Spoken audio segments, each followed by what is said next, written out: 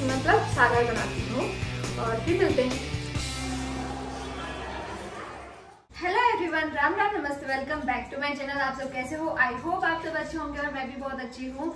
और आज हम जा रहे हैं 2 दिन की मेहनत से, मतलब 2 दिन पहले हमने टिकट ली थी और आज हमें मौका मिल रहा है गदर 2 देखने का। तो अभी चलते हैं गदर 2 देखने, फिर आगे बातें करते हैं।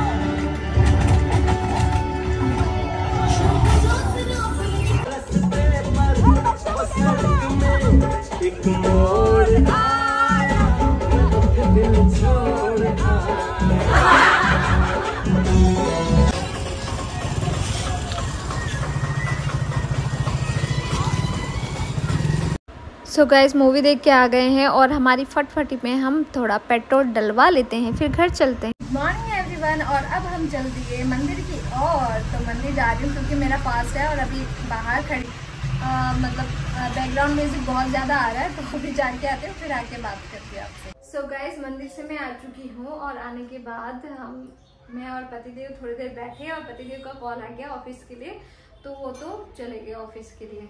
और बाकी है ना, इस बार मैंने मंदिर का नज़ारा इसलिए नहीं दिखाया क्योंकि पिछले वीडियो में आप लोगों ने देख लिया था, तो मैंने सोचा एक ही चीज़ बार बार रिपीट करनी अच्छी नहीं लगती ना, मतलब एक ही चीज़ दिखानी। ठीक है, मैं जा रही हूँ, ठीक है। फिर वहाँ भी ऐसे लगता है ना, मंदिर में ऐसे वीडियो वगैरह करते तो कि पूजा पाठ करने के लिए नहीं आए, ये वीडियो बनाने के लिए आए, तो थोड़ा अटपटा लगता है। तो वहाँ पे मैंने वीडियो एंड फोटो वोटो कुछ नहीं की। घर आने के बाद 1-2 फोटो ली थी जो कि मेरी आदत है। और बाकी है ना, कल की मूवी का रिव्यू देती हूँ मैं आपको, गदर 2। तो इतनी अच्छी लगी, मतलब फर्स्ट पार्ट मैं बोलूँगी कि इतना वो खास नहीं लगेगा आप सबको। थोड़ी एक्टिंग मतलब उस जमाने के हिसाब से सही थी, मतलब वो जो दिखाया है वो 80s 90s का दौर दिखाया है और उसके हिसाब से वो सही थी। पर जो सेकेंड पार्ट है ना, मतलब इंटरवल के बाद वाला, वो गजब।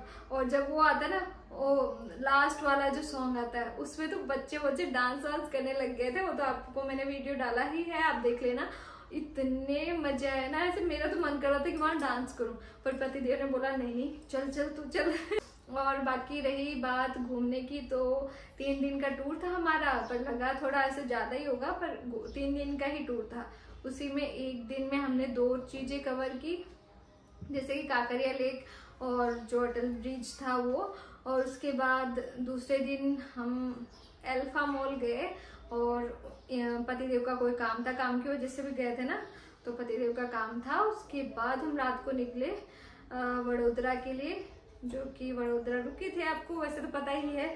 बाद में स्टेच्यू ऑफ यूनिटी, मतलब इतनी सुविधा स्टेच्यू ऑफ यूनिटी में, आप क्या बोलोगे कि हर मतलब सिर्फ स्टेच्यू ऑफ यूनिटी ही नहीं देखना, उसके आसपास जो जू है, पेट जोन है, मतलब बहुत तरह तरह के ऐसे था। वो साइकिलिंग, कपल साइकिलिंग, राफ्टिंग वगैरह सब कुछ था। पर हम लोग मतलब एक दिन में तो आप कवर बिल्कुल नहीं कर पाओगे। आप सोचोगे कि हम एक दिन में वो अटल ब्रिज बोल रही हूँ, स्टेच्यू ऑफ यूनिटी कवर करें, तो बिल्कुल नहीं। अगर आपका 3 दिन का स्टे रहता है ना, फिर आप पूरा कवर कर सकते हो। इतना बड़ा है, इतनी सुविधा, मीन्स एक स्टॉपेज से दूसरे स्टॉपेज में जाने के लिए बसेस है, वो भी फ्री ऑफ कॉस्ट। आप अपनी कार को जैसे 500 का तेल आने जाने में फूको, उससे अच्छा आगे वहाँ मतलब रहता है, पार्किंग की जगह रहती है, पार्किंग में गाड़ी खड़ी करो विदाउट मतलब फी, कोई भी पैसे वैसे नहीं चार्ज होता है।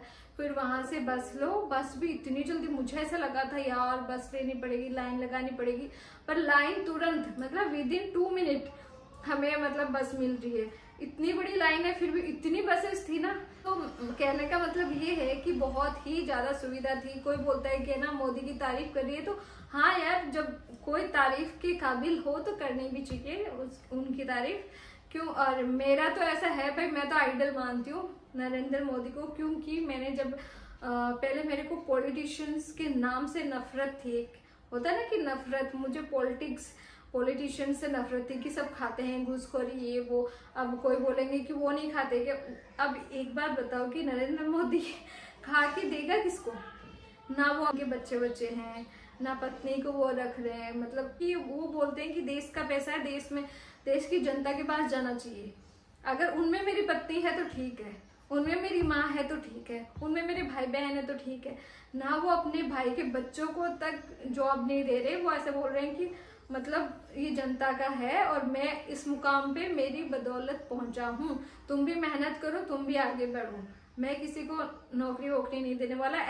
ऐसे लोग है ना कहीं पाए नहीं जाते। तो मेरे हिसाब से तो देखो, मुझे चाहे आप गलत कमेंट करना, अच्छा कमेंट करना, पर मैं तो मोदी के सपोर्ट में हूँ और थी और रहूंगी हमेशा, क्योंकि मुझे कुछ पॉजिटिविटी दिखती है। और बाहर देशों में जैसे मेरी एक फ्रेंड है, मेरी एक सिस्टर इन लॉ है, पर सिस्टर इन लॉ का तो मुझे पता नहीं, उतनी मेरी बात हुई नहीं, पर मेरी एक फ्रेंड है, वो ऐसे बोलती है कि जैसे मोदी जी आए उसके बाद इंडिया की वैल्यू जो बढ़ी है ना भाई साहब, बहुत ज्यादा बढ़ गई। कि इंडिया से हो मतलब एक रेस्पेक्ट टाइप देखते हैं कि अच्छा पाकिस्तान से हो तो उनको कोई वैल्यू नहीं है, उनकी बिल्कुल वैल्यू नहीं है। अभी यूक्रेन में जो हुआ था दंगा फसाद, उसमें भी है ना पाकिस्तानियों ने अपने गाड़ी के आगे पीछे हिंदुस्तान का जो झंडा था ना वो लगा के फिर गए थे। तो क्योंकि वो लोग ऐसे बोल रहे थे कि अगर हमें ऐसे पता सुनने में आ रहा था कि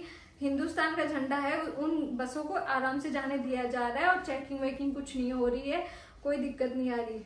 तो उन्होंने पाकिस्तानी होने के बावजूद उन्होंने हिंदुस्तान का झंडा, क्योंकि अब देखो हमारी फ्लैग की कितनी वैल्यू हुई है। पहले कोई वैल्यू नहीं थी, सच्ची बताऊं तो कोई भी वैल्यू नहीं, बिल्कुल रत्ती भर कोई पूछता नहीं था। पिछले वीडियोस देखो कि मनमोहन सिंह जब मीटअप होता था इनका, तो कोई पूछता ही नहीं था। अब नरेंद्र मोदी के आगे पीछे सब डोलते रहते। क्यों डोलते रहते? कुछ है उनमें बात, ऐसे तो कोई नहीं डोलेगा।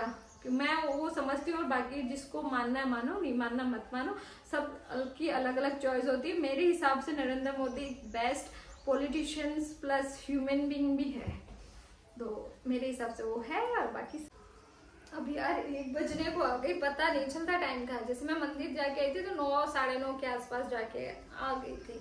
उसके बाद हम लोग बैठे थोड़ी देर, गप्पे सप्पे मारे, फिर मैंने फोन चलाया। पहले तो मैंने भजन सुना था शिव जी का, जैसे जिस भगवान की मैं पूजा करती हूँ। जैसे मंगलवार हुआ तो मैं हनुमान जी की मतलब आरती सुनती हूँ ऐसे।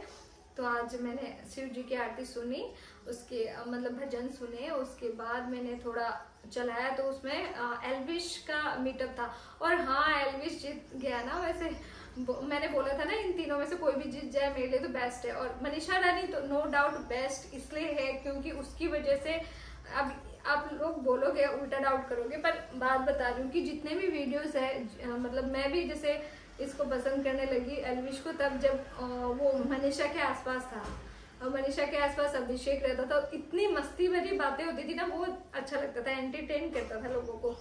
तो मुझे तो मतलब मनीषा तो वैसे जीते गई, अभिषेक भी जीते गया वैसे, और एल्विश, तीनों ही मतलब विनर के तौर पे तीनों ही अच्छे थे। तो किसी एक को जीतना था, वो एल्विश की वोटिंग वगैरह अच्छी है और वैसे बंदा भी अच्छा है, इसलिए जीत गया। और बहुत खुशी हुई उसका मीटअप देखा। वो गॉड, इतने तादाद में लोग, भगवान। जैसे कि मनीषा ऐसे बोल रही थी ना कि यार तुम लोग मुझे पहले ही बता दो, बाहर जाके कोई मतलब बड़ा आदमी तो नहीं है, तुम लोगों में से मुझे पहले ही बता दो, मैं तुम लोगों को हल्के में ले रही हूँ।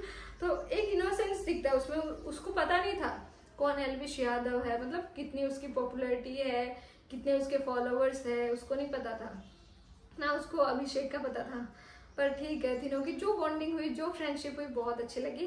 और आप सबको कैसा लगा, मतलब एल्विश जीता तो कैसा लगा। मुझे बेबी का बिल्कुल पसंद नहीं थी, ऑनेस्टली बोलूं, बिल्कुल भी। वो मतलब बंदी बाहर आने के बाद, मन्नू पंजाबी उसका इंटरव्यू ले रहा है, उसके बाद भी वो नहीं सुधर रही। मतलब खुद का वो देखने के बाद भी बोल रही कि मुझे नेगेटिव दिखाया जा रहा था।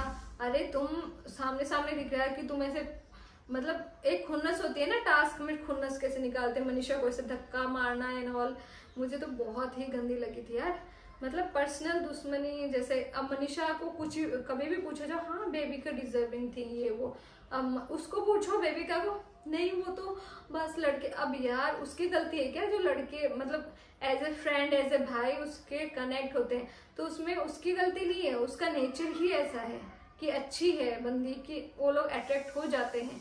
अब उससे अट्रैक्ट होते नहीं है तो वो अब उसमें ब्लेम करती है कि बंदे फंसा रही है वो। अलग ही सिस्टम है, छोड़ो। और बाकी है ना, मैं गेट वेट बंद करके बैठी हूँ क्योंकि इतनी ज्यादा आवाजें आ रही थी। गेट वेट बंद करके लाइट ऑन करके फिर वीडियो शूट कर रही हूँ क्योंकि इतनी ज्यादा आवाज। पहले भी मैं ना थोड़ा वेट कर रही थी कि ना थोड़ा वेट करती हूँ उसके बाद वीडियो बनाऊंगी, मतलब आवाज वगैरह थोड़ा कम ज्यादा होते गई, तो मैंने सोचा कि चलो बैकग्राउंड म्यूजिक बहुत ज्यादा चलेगा, इससे अच्छा मैं गेट वेट बंद करके फिर बैठती हूँ। और उसके बाद मेरे सिस्टर इन लॉ का कॉल आ गया, फिर हम बातें करते करते कितना टाइम हो गया पता ही नहीं चला। अब होने वाले हैं, अब 1 बजने वाले हैं, 12:30 हो रहे हैं, 12:30 नहीं 1 बजने वाले हैं, 10 मिनट 15 मिनट कम है। आप बोलोगे घड़ी देखना नहीं आता। तो अभी मैं सोच रही हूँ सागार करते हैं ना वो, कि एक टाइम आलू का कुछ ऐसे, आप लोग क्या बोलते हो पता नहीं, हमारे सागार बोलते हैं राजस्थान में। तो मैं एक टाइम सागार करूंगी 3 बजे के आसपास, और फिर ठीक है, बार बार खाना नहीं चाहिए क्योंकि फास्ट है। और फास्ट के दिन अपन पहले ऐसे सोचने लग जा रहे कैसे रहा जाएगा, पर जिस दिन फास्ट करो ना उस दिन तो पता भी नहीं चलता है कि आपको भूख लग रही है नहीं लग रही है, कुछ नहीं। अभी मेरे को कोई फील नहीं हो रहा है ऐसे। और वैसे बाकी दिन होता तो मैं इतने में कुछ ना कुछ ठूसती रहती हूँ। तो गाइस चलते हैं, कपड़े वपड़े चेंज करती हूँ, उसके बाद कुछ बनाती हूँ, कुछ मतलब सागर बनाती हूँ, और फिर मिलते हैं।